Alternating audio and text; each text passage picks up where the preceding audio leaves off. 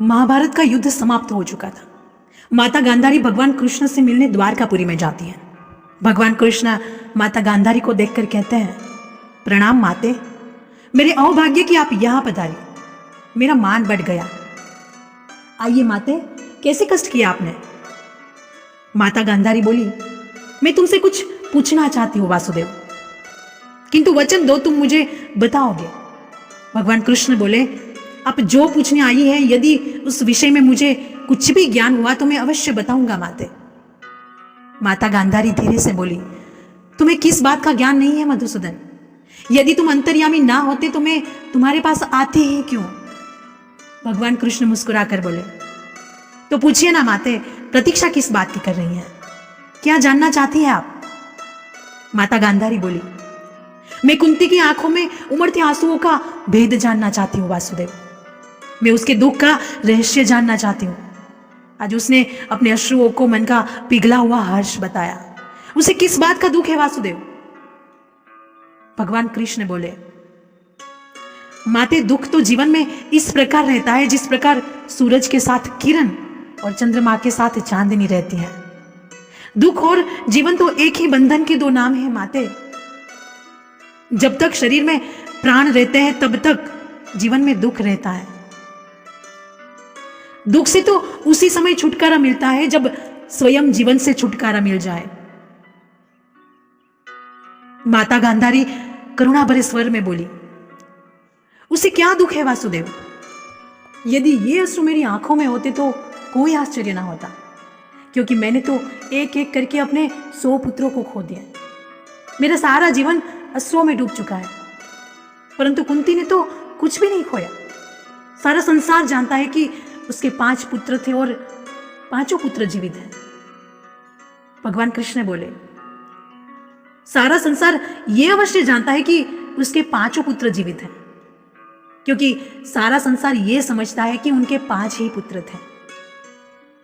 किंतु जो संसार समझता है, क्या केवल वही सत्य होता है माते?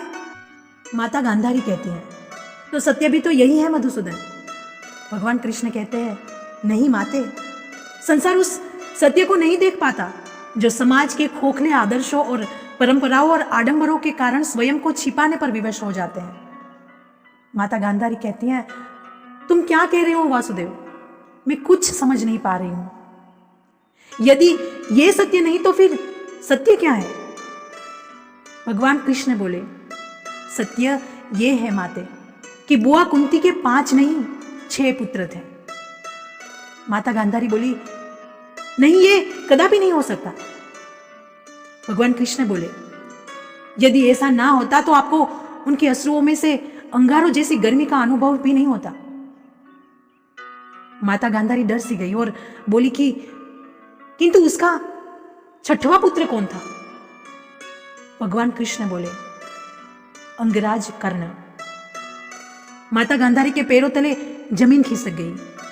हाँ माते, अंगराज कर्ण कुंती ही था, 5 पांडवों के ज्येष्ठ भ्राता। उनका जन्म बुआ कुंती के विवाह से पूर्व सूर्यदेव के वरदान से हुआ था, पर कुंवारी माता कहलाने के लांछन के भय से उन्हें इस बात को संसार से छुपाना पड़ा। माता गांधारी रोते हुए बोले, हमारा कर्ण कुंती पुत्र था, तो कुंती ने बताया क्यों नहीं? यदि वो केवल मुझे ही बता देती तो ईश्वर की सौगंध ये युद्ध ना होता, ये महाभारत ना होता। भगवान कृष्ण थोड़ा गंभीर स्वर से बोले, लोग इस यदि शब्द का प्रयोग बड़ी आसानी से कह देते हैं माते। लोग यही कहते हैं, यदि ऐसा ना हुआ तो ऐसा हो जाता, और यदि ऐसा हो जाता तो ऐसा ना हुआ होता। किंतु लोग इतना नहीं जानते कि इस यदि शब्द के हाथ तो इतने छोटे होते हैं कि वो भाग्य के खेल और होनी और नियति के पास भी नहीं पहुंच सकते। उसे रोकना तो बहुत दूर की बात है माते। होनी और नियति ने निर्णय कर लिया था कि महाभारत का युद्ध होगा, इसलिए कोई इस युद्ध को नहीं रोक सकता था माते। माता गांधारी कहती है, तुम ठीक कह रहे हो वासुदेव, इस युद्ध को कोई नहीं रोक सकता था। होनी तो होकर ही रहती है। भगवान कृष्ण आगे कहते हैं, हे माते, सुख दुख सर्दी और गर्मी की तरह है। सुख और दुख का आना जाना सर्दी गर्मी के आने जाने जैसा है, इसीलिए इन्हें सहन करना सीखना चाहिए। जिसने भी गलत इच्छा और लालच का त्याग कर दिया है, सिर्फ उसे ही शांति मिल सकती है। इस सृष्टि में कोई भी इच्छाओं से मुक्त नहीं हो सकता, लेकिन बुरी इच्छाओं को छोड़ जरूर सकता है। मेरे कहने का अर्थ इतना है माते कि हमारे जीवन में सुख दुख आते जाते रहते हैं। इनके विषय में परेशान नहीं होना चाहिए।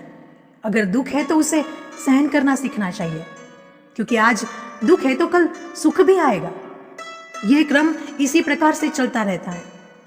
आप केवल निस्वार्थ भाव से कर्म कीजिए, वही आपके हाथ में है। भगवान कृष्ण का उत्तर पाकर माता गांधारी पूरी तरह से संतुष्ट हो गई।